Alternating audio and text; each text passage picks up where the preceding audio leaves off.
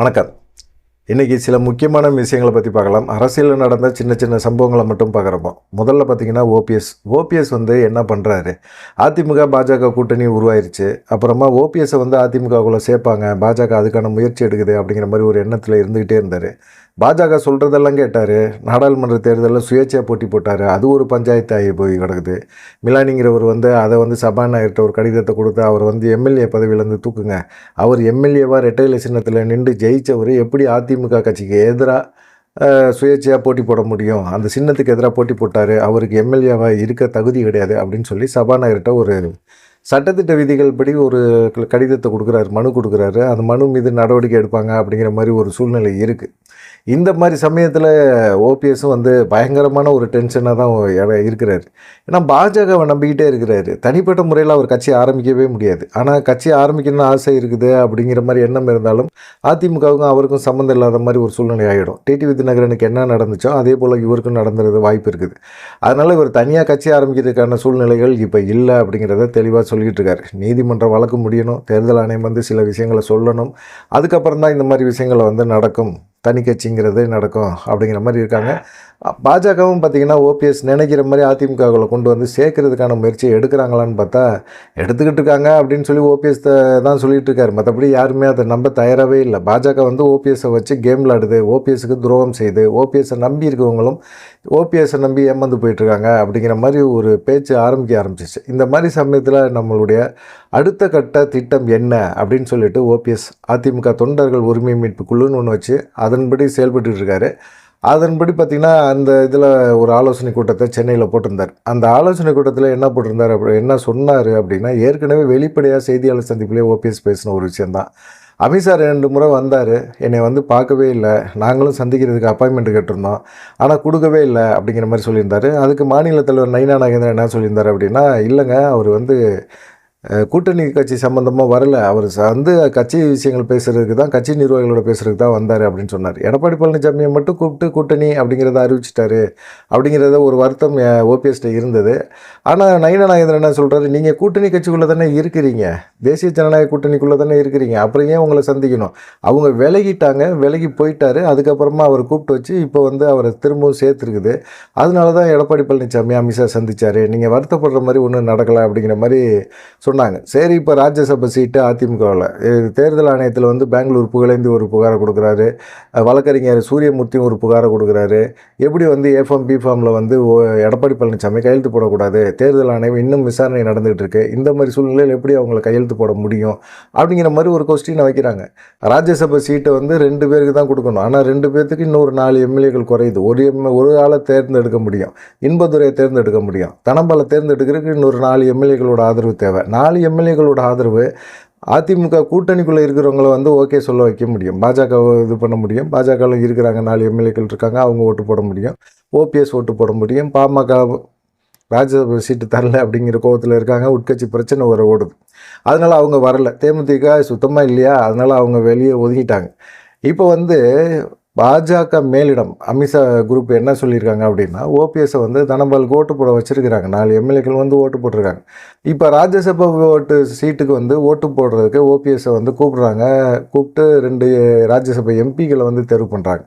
ஓபிஎஸ்ஸை எங்கெங்கே பயன்படுத்தணுமோ அங்கெல்லாம் பயன்படுத்துகிறாங்க, நல்லாவே பயன்படுத்துகிறாங்க. இது எல்லாமே பயன்படுத்தும் போது கண்டிப்பாக இதை வந்து ஓபிஎஸ் ஆதரிக்கிறவங்களுக்கு ஒரு டென்ஷன் வரும்ல, ஒரு கோபம் வரும்ல. அந்த கோபம் தான் இந்த ஆலோசனை கூட்டத்தில் பயங்கரமாக எதிரொலிச்சிருக்கு. ஓபிஎஸ்கிட்ட பலதரப்பட்ட கேள்விகளை கேட்டிருக்கிறாங்க, என்னப்பா இது அப்படின்னு. நீங்கள் இப்படியே பண்ணிக்கிட்டே இருந்தீங்கன்னா, பாஜகவை நம்பிக்கிட்டே இருந்தீங்கன்னா உருப்பட வழி கிடையாது, நம்ம ஏதாவது ஒன்று பண்ணி தான் ஆகணும் அப்படின்னு சொல்லி ஆளாளுக்கு பயங்கரமான காரணங்களெல்லாம் சொல்லியிருக்கிறாங்க. இதெல்லாம் கேட்டோன்னா ஓபிஎஸ்க்கு என்ன பண்ணுறதுன்னு தெரியல. ஆனால் அவர் திரும்பவும் ஒரு சமாளிப்பை சொன்னார், இந்த நம்ம போய் இப்போ ராஜ்யசபா எம்பிக்கு ஆதரவாக நம்ம ஓட்டு போட்டுக்கோம்ல, இதுதான் ஒரு இணைப்புக்கான வழி, நமக்கு வந்து கட்சிக்குள்ளே திரும்பவும் போகிறதுக்கான வாய்ப்புகளை பாஜக உருவாக்குது, அதனால் நீங்கள் வந்து பெருசாக ஒன்றும் நினச்சிக்க வேணாம், கொஞ்சம் பொறுமையாக இருப்போம்னு சொல்கிறார். எவ்வளோ நாள் பொறுமையாக இருப்போம், இன்னும் 9 மாதம் தான் தேர்தலுக்கு இருக்குது. கடைசி நேரத்தில் போய் ஓபிஎஸ் சுயேட்சையாக நிற்பார், இல்லை ஓபிஎஸ் ஆதரிக்கிறவங்களும் சுயேட்சையாக நிற்க வேண்டிய ஒரு சூழ்நிலை இருக்கும், இல்லை அரசியல்லேருந்தே ஓரங்கட்டப்பட வேண்டிய ஒரு நிலைமை கூட நம்மளை கொண்டு போய் விட்டுருவாங்க. இப்போ உங்கள ஆதரிக்கிற மாரி இந்த மாரி ஆலோசனை எப்படி நம்மள வந்து தொடர்ந்து பண்ண முடியும்? அப்படிங்கிற ஒரு அவங்களுடைய ஆதங்கத்த அப்படியே வெளிப்படுத்தியிருக்காங்க அந்த ஆலோசனை கூட்டத்தில. இதெல்லாம் கேள்விப்பட்டோன்னா அவருக்கு ரொம்ப இதாயிடுச்சு. சரி நம்ம ஜூலை மாதம் 8ஆம் தேதி வந்து அமித்ஷா வந்து வராரு. தமிழ்நாட்டுக்கு திரும்பவும் வராரு. அதெல்லாம் முடிச்சுட்டு அவர் போன பிறகு நம்ம முதல் வாரத்தில கண்டிப்பா ஒரு மாவட்ட செயலாளர் கூட்டத்த போடுவோம். போட்டுட்டு அதில ஒரு முடிவு எடுப்போம். நம்ம கூட்டணியிலேருந்து வெளியேறுவோம். அப்படிங்கிற மாரி ஒரு எண்ணத்தோட, ஒரு ஐடியாவோட அவர் நினைக்கிறாரு. ஆனா, இப்போ வர அமித்ஷா வந்து இப்ப தமிழ்நாட்டுக்கு வந்தாரு அப்படின்னா, ஓபிஎஸ்ஸையும், டிடிவி தினகரன் இவங்கள எல்லாத்தையும் சந்திப்பாரு அப்படிங்கிற மாரி சொல்றாங்க. கூட்டணி கட்சி தலைவர்கள் எல்லாத்தையுமே சந்திச்சு ஒரு பேச்சுவார்த்தை நடத்துவாரு அப்படிங்கிற மாரி சொல்றாங்க. இல்ல அப்படியே சந்திக்கல அப்படின்னாலும் ஓபிஎஸ் வந்து கூட்டணியை விட்டு வெளியேறதுக்கான வாய்ப்புகளே கிடையாது. ஓபிஎஸ்ஸை பற்றி தெரிஞ்சவங்க எல்லாருமே அதை தான் சொல்கிறாங்க. பாஜகவை நம்பிக்கிட்டே இருக்கிறாரு. கட்சிக்குள்ளே ஏதாவது ஒரு சின்ன பதவியாவது கொடுங்க, நான் கட்சிக்குள்ளே ஓரமாக கூட நின்றுக்கிறேன் அப்படிங்கிற மாதிரி இருக்கிறார். இப்போ வந்து பொருளாளர் பதவி கொடுக்கறதுக்கான வாய்ப்புகள் அதிகமாக இருக்குது ஓபிஎஸ்க்கு அப்படிங்கிற மாதிரி தான் சொல்கிறாங்க. அந்த பதவியை வாங்கிட்டு அவருக்கு ஆதரவாளர்கள் ஒரு 4-5 பேத்துக்கு வந்து சீட்டை வாங்கிக்கிட்டு அப்படியே அமைதியாக இருக்க வேண்டியதான், கட்சியில் எந்த விதமான பிரச்சனையும் பண்ணக்கூடாது அப்படிங்கிற மாதிரி எடப்பாடி டீம் வந்து ஓபிஎஸ்ஸை வந்து அப்படியே ஒரு லாக் பண்ணி வச்சுருக்கிறாங்க அப்படிங்கிற மாதிரி சொல்கிறாங்க. ஓபிஎஸ்ஸும் இப்போ நேற்றெல்லாம் பார்த்தீங்கன்னா ஓபிஎஸோட உறவினர் வீட்டில எல்லாம் அமலாக்கத்துறை ரைடெல்லாம் நடத்தியிருக்கிறாங்க. அதெல்லாம் அது போய்கிட்டு ஒரு சைடு ஓடிக்கிட்டுருக்கு. பார்க்கலாம் என்ன நடக்கும், ஓபிஎஸ் என்ன செய்ய போகிறாரு அப்படிங்கிற ஒரு விஷயத்த. ரெண்டாவது பார்த்திங்கன்னா, பாஜகவில் வந்து இப்போ ஒரு ஆலோசனை கூட்டம் போட்டிருந்துருக்கிறாங்க. என்னென்னா, மாநில அளவில் புதிய நிர்வாகிகள் எல்லாம் நியமனம் பண்ண போகிறாங்க. ஏற்கனவே அண்ணாமலை நியமித்த ஆட்கள் தான் இருக்கிறாங்க. அதனால் அமித்ஷா வரும்போதெல்லாம் பார்த்திங்கன்னா, அண்ணாமலை ஆதரவாளர்கள் எல்லாருமே அங்கே வந்து நுழைஞ்சிக்கிட்டு அண்ணாமலை பேரை சொன்னாலே பயங்கரமான ஒரு ஆர்ப்பாட்டம், ஆரவாரம் எல்லாமே பண்ணுறாங்க அப்படிங்கிற ஒரு எண்ணம் வந்து கட்சியில் இருக்க சீனியர்களுக்கெல்லாம் இருக்குது. இது வரைக்குமே எந்த ஒரு மாநில தலைவருக்குமே இல்லாத அளவுக்கு முக்கியத்துவம், மாநில தலைவர் பதவியிலேருந்து விலகின பிறகும் இந்த அளவுக்கு முக்கியத்துவம் யாருமே கொடுக்கல. அண்ணாமலை கொடுத்துக்கிட்டு இருக்காங்க. அண்ணாமலை பார்த்திங்கன்னா பிறந்த நாளைக்கு அவ்வளோ பேனர் போஸ்ட்டு எல்லாமே அடித்து ஒட்டுறாங்க. அதே போல் பார்த்திங்கன்னா அவர் எங்கே பேசினாலும் அவர் பேச்சுக்கு அவ்வளோ தூரம் மதிப்பு கொடுக்குறாங்க. உண்மையிலே அண்ணாமலைக்குன்னு ஒரு ஆதரவு வட்டம் இருக்குது. அதுவும் குறிப்பாக இளைஞர்கள் வட்டாரம் வந்து அதிக அளவில் அண்ணாமலையோட பேச்சுக்காக இருக்கிறாங்க. இந்த மாதிரி சூழ்நிலையில் அண்ணாமலை ஆதரவாளர்களையும் சரி, அண்ணாமலையும் சரி, கட்சிக்குள்ளே பெருசாக ஒரு முக்கியமான நிகழ்ச்சி நடந்தாலும் சரி, எதுக்குமே நம்ம கூப்பிடக்கூடாது அப்படிங்கிற ஒரு எண்ணத்துக்கு அவங்க போயிட்டாங்க. இது வந்து மிகப்பெரிய அளவில் அண்ணாமலை ஆதரவாளர்களுக்கு மிகப்பெரிய ஒரு அதிர்ச்சியை கொடுத்தது. தொடர்ந்து வந்து அந்த விஷயத்தை பண்ணிக்கிட்டே இருக்கிறாங்க. இப்போவும் அப்படி தான் பண்ணியிருக்காங்க. ஏன்னா மாநில நிர்வாகிகள், புதிய மாநில நிர்வாகிகள் நியமனத்துக்கு சம்மந்தமாக ஒரு ஆலோசனை கூட்டம். அந்த ஆலோசனை கூட்டம் மாநில தலைவர் நயினா நாகேந்திரன் அவர் தலைமையில் நடக்குது. அரவிந்த் மேனன், சுதாகர் ரெட்டி, கேசவ விநாயகம், தமிழிசை, பொன் ராதாகிருஷ்ணன், ஹெச் ராஜா இப்படின்னு சொல்லி பல முக்கியமான நிர்வாகிகள் வந்து அந்த கமலாலயத்தில் ஒரு ஆலோசனை கூட்டம் போட்டாங்க. இந்த ஆலோசனை கூட்டத்துக்கு அண்ணாமலை வரல. இவங்க அத்தனை பேருமே அண்ணாமலைக்கு எதிரான நபர்கள். நேராக பார்க்கும்போது அண்ணாமலைகிட்ட வந்து எல்லாருமே நல்லா சகஜமாக பேசுகிற மாதிரி, இயல்பாக இருக்கிற மாதிரி பேசுகிறாங்களே தவிர, மற்றபடி அண்ணாமலை மேலே ரொம்ப காண்டில் இருக்காங்க. ஒரு குறுகிய காலகட்டத்துக்குள்ளே இவ்வளவு பேரை மக்களை வந்து ஈர்க்க முடியுமா அப்படின்னா, அதுக்கு பின்னாடி மிகப்பெரிய ஒரு உழைப்பை அண்ணாமலை போட்டிருக்கிறாரு அப்படிங்கிறது தான் உண்மை. அதனால தான் இவ்வளோ பெரிய பட்டாளங்கள் சுற்றுது, அண்ணாமலைக்கு ஆதரவாக நிற்கிறாங்க. இப்போ வந்து நிர்வாகிகளை நம்ம மாற்றிடுவோம். நிர்வாகிகளை மாற்றும் போது அண்ணாமலை ஆதரவு நிர்வாகிகள் எல்லாமே வெளியே போயிட்டாங்க அப்படின்னா, வர்ற புதிய நிர்வாகிகள் நம்மளுக்குள்ளே இருக்கிற நிர்வாகிகள், நம்மளுடைய ஆதரவாளர் தான் வரப்போகிறாங்க. அண்ணாமலை பேரை சொன்னாலும் யாரும் கைத்தட்ட போகிறதில்ல. அண்ணாமலையோட பேரை சொன்னால் எழுந்து நின்று துண்டை எடுத்து தலைக்கு மேலே சுத்த போகிறதெல்லாம் கிடையாது. இந்த மாதிரிலாம் நடக்க போகிறாது. இந்த முறை அமித்ஷா வரும்போது அண்ணாமலை ஜி அப்படின்னு சொன்ன உடனே பார்த்திங்கன்னா பெருசாக எந்த விதமான ரியாக்ஷனும் இருக்கக்கூடாது. ஏன்னா இதை வந்து அண்ணாமலைக்கு, அமித்ஷாவுக்கு நம்ம உணர்த்தணும் அப்படிங்கிற மாதிரி இவங்க எல்லாமே கூட்டி ஆலோசனை பண்ணியிருக்கிறாங்க. பண்ணி அதன்படி செயல்படவும் செஞ்சுருக்காங்க. அதனால் பார்த்திங்கன்னா இப்போ புதுசாக வர மாநில தலைவர்கள், செயலாளர்கள் இந்த பதவியில் வந்து யார் யாரை போடுறது அப்படிங்கிற மாதிரி இருக்கிறாங்க. இதில் மாநில தலைவர் பதவிகள் வந்து இப்போ பாஜகவோட சட்டத்திட்ட விதிகள் படி ஒரு 4 பொதுச்செயலாளர்கள் போடலாம், 8 துணைத் தலைவர்கள் போடலாம், மாநில செயலாளர்கள் நியமிக்கலாம். ஆனால் மாநில செயலாளருக்கு வந்து பார்த்திங்கன்னா யார் போட்டி போடுறாருன்னா, கேடி ராகவன் போட்டி போடுறாரு, வினோத் பி செல்வம் போட்டி போடுறாரு, கோபால்சாமி, எஸ்ஜே சூர்யா, பொன் பாலகணபதி, கார்த்தியாயினி இப்படின்னு சொல்லிட்டு நிறைய பேர் வந்து மாநில செயலாளர் பதவிக்கு வந்து போட்டி போடுறாங்க. இந்த போட்டிகளில் வந்து பார்த்திங்கன்னா தமிழிசை சவுந்தரராஜன் வந்து அவங்க தேசிய லெவலில் வந்து ஒரு பதவி எதிர்பார்க்குறாங்க. தமிழ்நாடு போதும்பா நமக்கு அப்படின்னு சொல்லிட்டு வேணாம் அப்படிங்கிற மாதிரி அவங்க ஒதுங்கி நிற்கிறாங்க அப்படிங்கிற மாதிரி சொல்கிறாங்க. அமித்ஷா வர்றதுக்குள்ளே வந்து இந்த பதவிகள்லாம் போட்டுட்டு அமித்ஷா கலந்துக்கிற கூட்டம், ஆலோசனை கூட்டமாக இருந்தாலும் சரி, எதாக இருந்தாலும் சரி, அதுக்குள்ளே வந்து நம்ம வந்து மிகப்பெரிய அளவில் பண்ணுவோம் அப்படிங்கிற மாதிரி இருக்காங்க. அண்ணாமலை ஓரங்கட்டுற வேலையில் மட்டுமே கவனம் செலுத்துகிறாங்க. அதுதான் வந்து எல்லாத்துக்குமே மிகப்பெரிய ஒரு கோபத்தை கொடுத்துக்கிட்டு இருக்கு அப்படிங்கிற மாதிரி சொல்கிறாங்க. 3வது பாமகவில் வந்து ராமதாஸ், அன்புமணி ராமதாஸ் இவங்க பண்ணுற இந்த பஞ்சாயத்து ஒன்று இருக்குல்ல, அது கட்சிக்காரங்களுக்கு எல்லாத்துக்குமே மிகப்பெரிய அளவில் ஒரு குழப்பத்தை உருவாக்கிட்டே இருந்தது. ராமதாஸ் ஒரு சைடு வந்து கட்சிக்குள்ளே ஆதரவு வாங்க, நான் வியாழக்கிழமை செய்தியாளரை சந்திப்பேன், பொதுக்குழு கூட்டுறதுக்கான அறிவிப்பை வெளியிட போகிறேன் அப்படின்னு சொல்லியிருந்தார். ஆனால் அதே சமயத்தில் சேலம், தருமபுரியில் வந்து அன்புமணியும் அங்கே வந்து ஒரு பொதுக்குழு கூட்டத்தை போட்டால் அங்கே ஜிகே மணியும் இல்லை, அருளும் இல்லை. 2 பேருமே அந்த பகுதி எம்எல்ஏக்கள் தான். அவங்க 2 பேருமே அந்த சைடு இல்லை. என்னன்னு கேட்டிங்கன்னா நெஞ்சு வலின்னு சொல்லி போய் 2 பேருமே வந்து ஹாஸ்பிட்டலில் போய் படுத்துட்டாங்க. படுத்த பிறகு இவங்களை எப்படி சொல்ல முடியும்? இங்கேருந்து என்னடா வழக்கமாக வரவனுங்க 2 பேர்த்தையுமே ஆளை காணாமேன்னு சொல்லிட்டு ராமதாஸ் வந்து ஃபோனை போட்டால், நெஞ்சு வலியா என்னால் முடியல, உங்களெல்லாம் சமாளிக்கவே முடியல, நீங்கள் ஒரு சைடு இழுக்கிறீங்க, அங்கே ஒரு சைடு இழுக்கிறாரு, நீங்கள் கூப்பிட்றீங்கன்னு உங்கள் சைடு வந்து நின்றோம்னா அன்புமணி தரப்பில் வந்து மிகப்பெரிய அளவில் பஞ்சாயத்து நடக்குது, அவங்க கோச்சிக்கிறாங்க.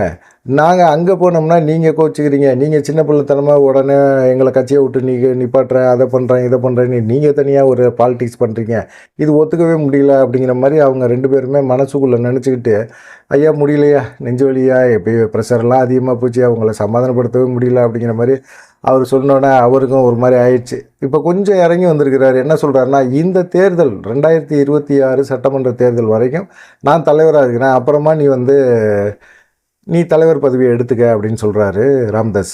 அது வரைக்கும் நீ செயல் தலைவராக இரு அப்படின்னு சொல்கிறாரு. ஆனால் அன்புமணி மேலே அவர் வைக்கிற குற்றச்சாட்டு, கட்சியை சரியாக வழி நடத்தலை, அவனால் செயல்பட முடியல, ஒரு செயல்படுறதுக்கான வாய்ப்புகளே அவனுக்கு இல்லை, கிடைக்கிற சந்தர்ப்பங்களை எல்லாத்தையும் வீணாக்கிட்டாரு அப்படிங்கிற மாதிரி ராமதாஸ் வந்து குற்றச்சாட்டை சொல்கிறார். உண்மையிலேயே அன்புமணி அப்படிப்பட்டவரெலாம் கிடையாது. அவருக்கு கிடைச்ச வாய்ப்புகள் வந்து இப்போ தலைவராகி ஒரு 3 வருஷம் தான் ஆகுது. தலைவரான பிறகு அவர் சந்தித்த முதல் தேர்தல் இந்த நாடாளுமன்ற தேர்தல் தான். 2024 நடந்த நாடாளுமன்ற தேர்தல் தான். அந்த தேர்தலில் வந்து ஓரளவுக்கு அவர் வந்து திராவிட கட்சிகளோட கூட்டணி வேணாம் அப்படிங்கிறது ஒரு முடிவோடு தான் பாஜகவோட கூட்டணி வைக்கிறார். தேசிய ஜனநாயக கூட்டணி வைக்கிறாரு. கூட்டணி வச்சு ஓரளவுக்கு வெற்றி வாய்ப்புகள் நெருக்கத்தில் தான் தோற்று போயிருக்காங்க. பெருசாக ஒன்றுமே அவங்க வந்து எதிர்பார்த்த அளவுக்குலாம் ஒன்றும் தோக்கலை. ராமதாஸ் சொல்கிற மாதிரிலாம் அன்புமணிக்கு திறமை இல்லாமலாம் இல்லை. திறமை இல்லாமல் இருந்திருந்தால் வன்னியர் சங்க மாநாடு நடத்தினார்ல, அந்த மாநாடுக்கு 3 மாதம் கடின உழைப்பை கொடுத்து எவ்வளோ பெரிய கிராண்டாக கொண்டாடினார்.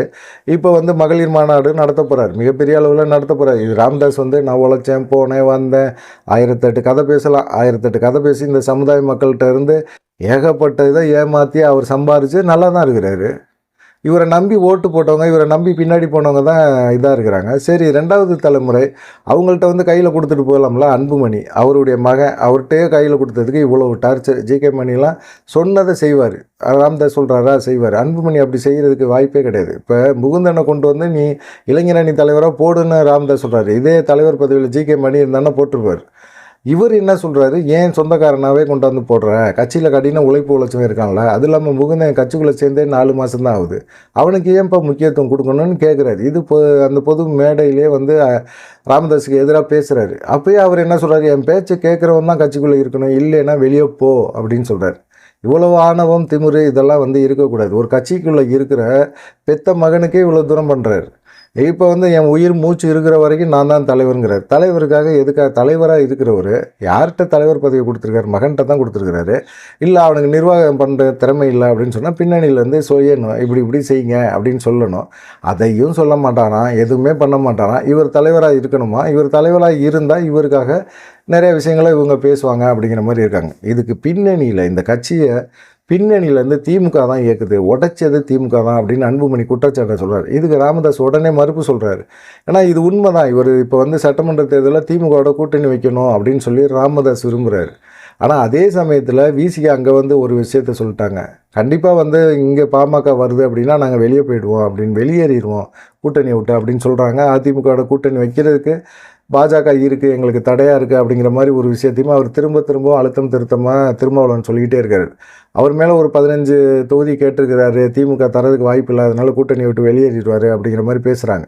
ராமதாஸை பொறுத்த வரைக்கும் திமுகவோட கூட்டணி வைக்கணும்னு நினைக்கிறாரு. அன்புமணிக்கு திமுகவோட கூட்டணி வைக்க விருப்பமே இல்லை.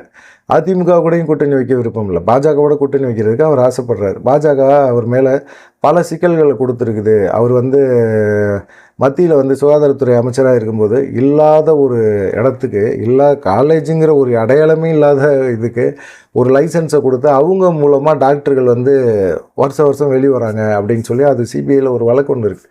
அந்த வழக்கை தூசி தட்டி எடுத்தாங்க அப்படின்னா சிறைக்கு போகிறத தவிர வேறு வழியே கிடையாது அன்புமணிக்கு. அதனால் அந்த பயத்தில் அவர் பாஜகவை ஆதரிக்கிறாரு அப்படிங்கிற மாதிரி சொல்கிறாங்க. அன்புமணி தரப்பு அது அப்படிலாம் கிடையாதுங்க, எங்களுக்கு என்னென்னா திராவிட இயக்கங்களுக்கு மாற்று ஒன்று கையில் எடுப்போம் அப்படிங்கிற மாதிரி தான் நாங்கள் வர்றோம், திரும்பவும் திராவிட கட்சிகள் முதுகில் ஏறி போக வேணாம் அப்படின்னு சொல்கிறார். ஆனால் இப்போ ராமதாஸ் சொல்கிறது என்னென்னா 49 தொகுதியில் நம்ம படுத்துக்கிட்டே ஜெயிப்போம்னு சொல்கிறார். ஏன் அந்த விஷயங்களை 2021 அவர் தானே இருந்தார், அவர் நம்ம ஜிகே மணி மூலமாக ஏன் அந்த படுத்துக்கிட்டே ஜெயிச்சிருக்க வேண்டியதானே, ஏன் அந்த விஷயங்கள்லாம் சொல்லலை? இப்போ அவருக்கு தலைவர் பதவி வேணும், நான் படுத்துக்கிட்டே நான் ஜெயிக்க வைப்பேன்லாம் பேசுகிறதெல்லாம் ஏற்றுக்கவே முடியாது.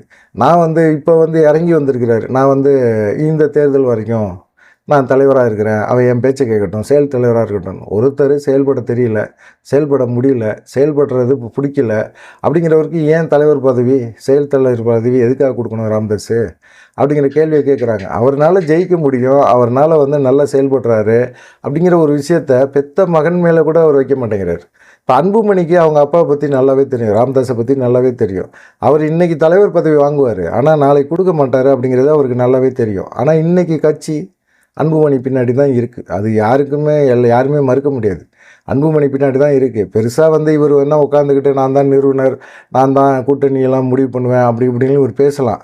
ஆனால் அன்புமணி ஒரு நடவடிக்கை எடுத்தால் ராமதாஸ்னால ஒன்றுமே பண்ண முடியாது. அவர் தேர்தல் ஆணையத்துக்கு போகணும், தேர்தல் ஆணையத்தில் போய் பொதுக்குழு கூட்டணும், பொதுக்குழு உறுப்பினர்கள் அப்படிங்கிறதெல்லாம் பார்த்திங்கன்னா எல்லாமே அன்புமணி கட்டுப்பாட்டில் இருக்கிறனால அன்புமணி கண்டிப்பாக இந்த விஷயங்களில் ரொம்ப கவனம் செலுத்துவார் அப்படிங்கிற மாதிரி தெரியுது. ராமதாஸுக்கு என்னென்னா இந்த பேர அரசியல் பண்ணணும் அப்படின்னு நினைக்கிறார். பேர அரசியலில் வர்ற பணத்தை வாங்கணும், நம்ம அன்புமணி கையிலே கொடுக்கக்கூடாது அப்படிங்கிற மாதிரி ஒரு எண்ணத்தில் இருக்கிறாரு. அவருக்கு தேர்தல் சமயத்தில் மட்டும்தானே சம்பாதிக்க முடியும், மற்ற சமயங்களில் என்னத்தை பெருசாக சம்பாதிச்சிட முடியும் அப்படிங்கிற மாதிரி அவர் நினைக்கிறார். இதெல்லாம் ஏற்றுக்கவே முடியாது அப்படிங்கிற மாதிரி தான் எல்லாமே சொல்கிறாங்க. இது இந்த பஞ்சாயத்து முடிஞ்சிருக்குது. இந்த பஞ்சாயத்து முடிஞ்சிருக்குதா அப்படின்னா திடீர்னு 2 பேர் போய் ஆஸ்பத்திரியில் போய் நெஞ்சு வலின்னு படுத்துட்டாங்க, இன்னுமே அப்படி தான் நடக்கும். ஆனால் அன்புமணிக்கு அங்கே சேலம் தருமபுரியில் அவ்வளோ பெரிய கும்பல் வருது. ஐயோ, அன்புமணி பின்னாடி கட்சி போயிருச்சுங்கிறத ராமதாஸும் உணர ஆரம்பிக்கிறாரு. அட்லீஸ்ட் இந்த 2026 வரைக்குமாவது நான் ஒரு தலைவர் பதவியில் இருக்கேனே அப்படின்னு சொல்லிட்டு ஒரு அப்பா ஒரு மகன்கிட்ட கேட்குறாரு, யாசகம் கேட்குற மாதிரி கேட்குறாரு. இதை ஏற்றுக்க முடியுமா? எதுக்காக உனக்கு தலைவர் பதவி அப்படிங்கிறது தான் இப்போ பாமகவோட தொண்டர்கள் கேட்குறாங்க. கண்டிப்பாக இவர் அதுக்கப்புறமா தேர்தல் முடிஞ்ச பிறகு தலைவர் பதவியை அன்புமணிகிட்ட கொடுப்பாரா அப்படின்னு பார்த்தீங்கன்னா கொடுக்க மாட்டார். இல்லை, ராமதாஸுக்கு பின்னாடி தலைவர் அன்புமணி தான், அதை தொண்டர்களே ஏற்றுக்கிறாங்க. ராமதாஸ் கேட்கும்போது கொடுத்துட வேண்டியது தானே, பாவமாக இருக்குல்ல, அழுகுறாருல அப்படிங்கிற மாதிரி சொல்லலாம். ஆனால் அந்த மனுஷன் தரமாட்டார். அவருக்கு இந்த தேர்தல் முடிஞ்ச பிறகும் தலைவர் பதவியை கொடுக்க மாட்டார். வேறு யாரையாவது முகுந்தனை கட்சிக்குள்ளே கொண்டு ஏதாவது ஒன்று பண்ணி கட்சிக்குள்ளே ஒரு பிரச்சனையை பிளவுபடுத்துகிற மாதிரி ஒரு நோக்கத்தோடு செயல்படுத்துவாரே தவிர ராமதாஸ் அன்புமணியை இன்னுமே கொண்டு ஒரு நல்ல ஹெல்ப் பண்ணுவார் அப்படின்னு எதிர்பார்க்கவே முடியாது அப்படிங்கிற மாதிரி சொல்கிறாங்க. அன்புமணிக்குள்ளேயும் ராமதாஸ்குள்ளேயும் இப்போ பஞ்சாயத்து இறங்கி வந்திருக்குது. பேச்சுவார்த்தை இன்னும் கொஞ்சம் பண்ணோம்னா கரெக்டாகும் அப்படிங்கிற மாதிரி சொல்கிறாங்க. இல்லை, நீங்கள் நான் தலைவராக இருந்துக்கிறேன், நீங்கள் கூட்டணி தொடர்பான பேச்சுவார்த்தையை நீங்கள் நடத்தி பேசி முடிச்சுட்டு யாரோட கூட்டணிங்கிறத நீங்கள் முடிவு பண்ணிக்கங்க அப்படிங்கிற மாதிரி சொல்லிடலாம் அப்படிங்கிற மாதிரி அன்புமணி தரப்புன்னு சொல்கிறாங்க. பார்க்கலாம் என்ன நடக்கும் அப்படின்னு சொல்லிட்டு. அதுக்கப்புறமா பார்த்திங்கன்னா இப்போது இந்த கம்யூனிஸ்ட் கட்சிகளுக்கும் இந்து முன்னணியினருக்கும் நடந்த சண்டையெல்லாம் இருக்குல்ல, அந்த சண்டை தான் பெரிய ஒரு விஷயமாக பேசப்படுது. இப்போ 22ஆம் தேதி மதுரையில் இந்து முன்னணி சார்பாக பார்த்திங்கன்னா முருகர் மாநாடு நடத்துகிறாங்க. இது எதுக்கு நடத்துகிறீங்க அப்படிங்கிற ஒரு கேள்வியை திமுக, விசிகா, இந்த திக, கம்யூனிஸ்டுகள், திமுக கூட்டணிகள் கட்சியில் இருக்கிறவங்க எல்லாருமே கேட்குறாங்க. நீங்கள் மாநாடு நடத்துனீங்களா பழனியில், திமுக சார்பாக, அறநிலைத்துறை சார்பாக, நம்ம இவர் சேகர் பாபு அமைச்சர், அறநிலைத்துறை அமைச்சர் மூலமாக நடத்துனீங்கல்ல, அந்த மாநாடு எதுக்குன்னு நடத்துனீங்க நீங்கள்? ஏன் இது இந்து முன்னணி நடத்தக்கூடாதுன்னு சொல்கிறதுக்கு நீங்கள் யார்? இந்து முன்னணிக்கு பின்னணியில் பாஜக இருந்து செயல்படுது. பாஜக இது தேர்தல் அரசியலாக பண்ணுறாங்க, வாக்குகளுக்காக பண்ணுறாங்க, இந்து மக்களோட வாக்குகளை பெறுறதுக்காக நினைக்கிறாங்க அப்படிங்கிற மாதிரி எல்லாருக்கும் ஒரு பயம் வந்துருச்சு. இந்த பயம் தான் பார்த்திங்கன்னா நேற்று திண்டுக்கல்லில் நடந்த அந்த கலவரத்துக்கு மிக முக்கியமான காரணம். கலவரம்னு சொல்ல முடியாது, ஒரு சண்டைன்னு வேணால் வச்சுக்கலாம். ஏன்னா அமித்ஷா வந்து அடிக்கடி வராரு. கடந்த முறை வந்தபோது பார்த்தீங்கன்னா, திருப்பரங்குன்றத்தில் உச்சி மலையில் இருக்கிற அந்த சிக்கந்தர் அந்த சமாதியை வந்து திருப்பரங்குன்றம் முருகர் மலை அப்படிங்கிறத பேரை மாற்றி திருப்பரங்குன்றம் மலை அப்படிங்கிறத மாற்றி சிக்கந்தர் மலை அப்படிங்கிற மாதிரி கொண்டு போகிறீங்க. அது வந்து எவ்வளோ பெரிய தப்பு அப்படிங்கிறத அமித்ஷா வந்து பேசியிருந்தார். அதில் வந்து என்னென்னா, இந்த நவாஸ்கனி எம்பி இருக்கல்ல, ஓபிஎஸ் கூட இருந்து ஓபிஎஸ் ஜெயித்தவர், ஓபிஎஸ்க்கும் அவருக்கும் மிகப்பெரிய ஒரு டஃப் இருந்தது. அப்படிப்பட்டவர் அவர் திடீர்னு ஆடு கோழி எல்லாத்தையும் எடுத்துகிட்டு போகிறாரு. அப்புறமா பார்த்தீங்கன்னா அங்கே அந்த மலையில் ஏறுற இடத்துல உட்காந்து பிரியாணி உட்காந்து சாப்பிட்றாரு. ஒரு புனிதமான இடம் அப்படின்னு சொல்லி அந்த இடத்துக்குள்ளே வந்து ஏன் பண்ணுறீங்க அப்படிங்கிற மாதிரி கேள்வி இருக்குது. இல்லை, இது பாரம்பரியமாக நடக்கிற ஒரு நிகழ்ச்சி தான். அங்கே வந்து நாங்கள் கிடா வெட்டுவோம், கோழி வெட்டுவோம், பிரியாணி போடுவோம். இந்து மக்கள் எல்லாருமே மாமா மச்ச முறையில் பழகுறோம். அவங்களாம் வந்து சாப்பிட்டு போயிட்டுருக்காங்க, எல்லாருமே பண்ணுறாங்க. முருகர் வந்து சாதாரணமாக வந்து அவரும் வேடன் தான், அவரும் வந்து கறி சாப்பிடக்கூடியவர் தான் அப்படிங்கிற மாதிரி சொல்கிறாங்க. ஆனால் அதெல்லாம் ஏற்றுக்க முடியாது. இந்தியாவோட இந்து கலாச்சாரம் அப்படிங்கிறது ஒன்று இருக்குது. முருகர் கடவுளை வந்து ஒரு சைவ கடவுளாக வந்து பார்க்குறாங்க. அவர் வேடனாக இருக்கட்டும், அவர் வந்து ஆரம்ப காலகட்டத்தில் ஆதியில் வந்து அவருக்கு கறியெல்லாம் படைச்சாங்க அப்படிங்கிறது மாதிரி பேசினாலும் அதெல்லாம் வந்து இப்போ இருக்கிற இந்த ஜென்ரேஷன் ஏற்றுக்க மாட்டாங்க. ஏன்னா இப்போ இருக்கிறவங்களுக்கு எல்லாமே பார்த்திங்கன்னா பக்திங்கிறது இருக்குது. ஏன்னா ஒவ்வொரு மலையுமே பார்த்திங்கன்னா, முருகர் இருக்கிற அந்த மலைகள் எல்லாமே சிலர் வந்து ரொம்ப வேறு மாதிரி ரூட் எடுத்து பயன்படுத்துகிறாங்க. இப்போ சென்னி மலையை பார்த்திங்கன்னா, அவங்க எடுத்தது கிறிஸ்தவ அமைப்புகள் எல்லாமே என்ன செஞ்சாங்க அப்படின்னா, அது வந்து இயேசு மலை அப்படின்னு சொல்லிட்டு அவங்க மேலே போகிறாங்க. மேலே போய் ஜபம்லாம் பண்ணிட்டு வராங்க. அப்போல்லாம் இந்து முன்னணிகளில் போய் பெரிய பிரச்சனையெல்லாம் பண்ண பிறகு தான் அந்த விஷயத்தை விட்டாங்க. ஏன்னா மலைகள் எல்லாத்தையுமே பார்த்திங்கன்னா, இப்போ கிறிஸ்தவ அமைப்புகள், இஸ்லாமிய அமைப்புகள் ஏற்கனவே இவங்க படையெடுத்து வந்தப்போ இந்த சிக்கந்தர் மலையெல்லாம் உருவாக்கப்பட்டிருக்கலாம். அதுக்கும் சம்மந்தம் கிடையாது. ஆனால் இப்போ அதை வந்து எல்லாருமே ஏற்றுக்கிட்டு அப்படியே போயிட்டுருக்க சமயத்தில் இந்த மாதிரி வந்து சிக்கந்தர் மலை அப்படின்னு சொல்லிட்டு சில இஸ்லாமிய அமைப்புகள் பேச ஆரம்பிக்கும் போது தான் இது வந்து முருகர் மலை அப்படின்னு சொல்லி திருப்பரங்குன்றம் மலை அப்படின்னு சொல்லி பேச வேண்டிய ஒரு கட்டாயத்துக்கு இந்து அமைப்பினர் வராங்க. இந்து அமைப்பினர் வந்து வராங்க அப்படின்னா இந்து அமைப்புகளுக்கு வந்து அதிக அளவில் சப்போர்ட்டாக இருக்குது பாஜக. அவங்க என்ன செய்கிறாங்க, இந்த மாநாடுக்கு சப்போர்ட் பண்ணுறாங்க. இந்த மாநாட்டுக்கு கிட்டத்தட்ட ஒரு 5 லட்சம் பேர் வரப்போகிறாங்க. அப்படிங்கும்போது திருமாவளவன் போகிறாரு, பார்க்குறாரு, சாமியை கும்பிட்றாரு, இதை வச்சு அரசியல் பண்ணுறாங்க. அவர் விபூதியே வச்சு அரசியல் பண்ணிட்டு போகிறாரு. அவருக்கு தேர்தல் சமயம் ஃபுல்லாக இப்படி தான் பண்ணுறாரு அப்படிங்கிறது எல்லாத்துக்கும் தெரியும். அதை வச்சுட்டு நான் எப்பயுமே நான் விபூதி பூசிக்கிட்டே இருக்க முடியுமா? நான் அரை மணி நேரம் விபூதி வச்சுருந்தேன்ல, அதுவே பெரிய விஷயங்கிற மாதிரி. எல்லா நேரமும் ஃபேண்ட்டு போட்டிருக்கீங்களா, சட்டை போட்டிருக்கீங்களா, வெளியே வந்தால் சட்டை போட்டிருக்கீங்களா, விபூதி பூசிகிட்டு இருக்கிறதுல என்ன உங்களுக்கு தப்பு? அதை தப்புன்னு நினைக்கும் போதே நீங்கள் வந்து அதை பூசியிருக்க வேண்டியதில்லை. அப்படியே விபூதி கொடுத்தாங்கன்னா அப்படியே தூக்கி வெளியே எங்கிட்டாவது ஓரத்தில் வச்சுட்டு நீங்கள் பாட்டுக்கு வந்திருக்க வேண்டியது தானே. உங்களுக்கு பிடிக்கல அப்படிங்கும்போது ஏன் அதை செய்கிறீங்க அப்படிங்கிற ஒரு கேள்வியை இந்து மக்கள் கேட்குறாங்க. நீங்கள் வெளியே வந்து பப்ளிக்கில் பொது இடங்களில் மக்களுக்கு மத்தியில் நீங்கள் விபூதியை அளிக்கிற அந்த விஷயம் இருக்குல்ல, அது வந்து இந்து மக்களுக்கு வந்து மிகப்பெரிய ஒரு சங்கடத்தை ஏற்படுத்துது அப்படிங்கிறத குற்றச்சாட்டை ராஜா முதற்கொண்டு எல்லாருமே வைக்கிறாங்க. சரி, அவங்க வைக்கிறவங்க வச்சுட்டு போகிறாங்க அப்படிங்கிற மாதிரி தான் இருக்குது. அப்போ இந்த மாதிரி சமயத்தில் தான் கம்யூனிஸ்ட் கட்சிகளும் பார்த்திங்கன்னா அவங்க எப்பயுமே மத்திய மாநில அரசுகளுக்கு எதிராக ஒரு இது பண்ணுவாங்க. சமீபமாக பார்த்திங்கன்னா திமுக கூட்டணியில் இருக்காங்க. திமுகவே விமர்சனம் பண்ணிகிட்டு இருக்காங்க.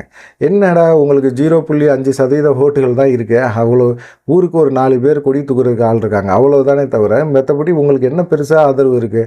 நீங்கள் வந்து திமுக கூட்டணிக்குள்ளே இருந்துகிட்டே திமுக விமர்சனம் பண்ணுறீங்களே அப்படிங்கிறதுல முதலமைச்சரும் கொஞ்சம் கடுப்பில் இருந்தார். ஆனால் இவங்க என்ன செய்கிறாங்க, இப்போ மத்திய மாநில அரசுகளை விமர்சனம் பண்ணுறதை தாண்டி இப்போது இந்த முருகர் மாநாடை விமர்சனம் பண்ணிட்டாங்க. நேற்று தாடிக்கொம்பு பகுதி, திண்டுக்கல் பகுதியில் தாடிக்கொம்பு பகுதியில் வந்து இந்த விமர்சனத்தை பண்ணுறாங்க. இந்த விமர்சனத்தை பண்ணால் அவங்க கேட்டுக்கிட்டு சும்மா இருப்பாங்களா? அந்த பகுதியில் இந்த மாதிரி ஒருத்தர் இந்து மாநாட்டுக்கு 5 லட்சம் பேர் வரப்போகிறாங்க அப்படிங்கும்போது தெரிஞ்சுக்கிட்டு கம்யூனிஸ்ட் கட்சி இந்த முருகர் மாநாடை பற்றி ரொம்ப கடுமையான விமர்சனம் பண்ணுறாரு. யார் பண்ணுறது அப்படின்னு பார்த்தீங்கன்னா, கம்யூனிஸ்ட் கட்சியில் ஒன்றிய செயலாளர் இருக்க சரத்குமார் அப்படிங்கிறவர் பண்ணுறாரு. இது வந்து என்னன்னா, இந்து முன்னணி கட்சியினருக்கு தகவல் போகுது. அப்பா இங்கே பார்த்துக்க, கம்யூனிஸ்ட் கட்சிக்காரன் கண்ணாப்புனான்னு மாநாடுக்கு போகிறான வரானெல்லாம் கெட்ட வார்த்தையில் திட்டுறாங்க அப்படிங்கிற மாதிரி ஒரு பேச்சு போனோன்னா, இந்து முன்னணி நிர்வாகி வினோத் அப்புறமா அவருடைய ஆதரவாளர் எல்லாமே அங்கே வராங்க. ஸ்பாட்டுக்கு தாடிக்கொம்பு பகுதிக்கு வராங்க. வந்துட்டு அங்கே என்ன செய்கிறாங்க, அவர் சரத்குமார்கிட்ட வந்து பேச்சுவார்த்தை நடத்துகிறாங்க. அவர் பேச்சுவார்த்தை நடத்துகிற மாதிரியே தெரியல. அவர் தூரத்தில் நின்றுக்கிட்டு அவர் சொல்கிறாரு, மாநாடை பற்றி நீ ஏன் பேசுகிற, உனக்கு என்ன மத்திய மாநில அரசியல் செயல்பாடுகளை குறைகளை வந்து சொல்லு, மாநாடுகளை பற்றி பேசுகிறதுக்கு உனக்கு என்ன இருக்குதுன்னு கேட்குறாங்க. கேட்கும்போது இந்த ஆள் உன் அட்ரஸை அவன் அட்ரஸை வாங்க, அவன் இடத்த பாரு, அவனை தூக்கு, அவனை உண்டிலைன்னு பண்ணிடுவான் அன்னைக்கு அப்படின்னு சொல்லி பேச ஆரம்பித்தோன்னே அங்கே இருந்த பொதுமக்களும் சரி, இந்த இந்து முன்னணியிலேருந்து போன வினோத்தும் சரி, எல்லாத்துக்குமே பயங்கரமான கோபம் இருந்தது. என்ன ஒருத்தன் கம்யூனிஸ்ட் கட்சிக்காரன் இப்படி வந்து திடீர்னு வந்து முருகர் மாநாடை பற்றி கேவலமாக பேசுகிறான், அதை எப்படி கூட முடியும் அப்படிங்கிற மாதிரி எல்லாமே ஒன்று சேர்ந்து அங்கே நான் போட்டுச்சு சரத்குமார் அப்படிங்கிற இந்த கம்யூனிஸ்ட் கட்சிக்காரனை போட்டு வெளு தெரிஞ்சுறாங்க. இது வந்து கைகலப்பாக மாறுது. கைகலப்பாக மாறின பிறகு தான் இந்த சண்டையை. அங்கே காவல்துறையும் பாதுகாப்பு இருக்காங்க. காவல்துறை பாதுகாப்பு இருக்காங்கன்னா பேசுனது யார் தப்பு? கம்யூனிஸ்ட் கட்சிக்காரங்களோட தப்பு, அந்த சரத்குமாருங்கிறவரோட தப்பு. அப்படிப்பட்டவருடைய தப்பு இருக்கும்போது காவல்துறை எப்படி அவங்களுக்கு சப்போர்ட் பண்ணுவாங்க? பேசாதன்னு தடுத்துருக்குறாங்க. தடுத்த பிறகு திரும்பவும் அவங்கள வந்து டென்ஷன் ஆக்குற மாதிரியே, அவங்கள அதிக அளவில் உணர்ச்சியை தூண்டுற மாதிரி பேசி ஒரு கைகலப்பாக ஆன பிறகு அடிதடி நடக்குது. அடிதடி நடக்கும்போது கம்யூனிஸ்ட் கட்சிக்காரங்க என்ன செய்கிறாங்கன்னா காவல்துறைக்கு எதிராகவே ஒரு போராட்டத்தை பண்ணுறாங்க. காவல்துறையினர் வந்து இந்து முன்னணிக்கு ஆதரவாக நின்றாங்கன்னா, இந்து முன்னணிக்கு ஆதரவாக ஏன் நிற்கிறாங்க?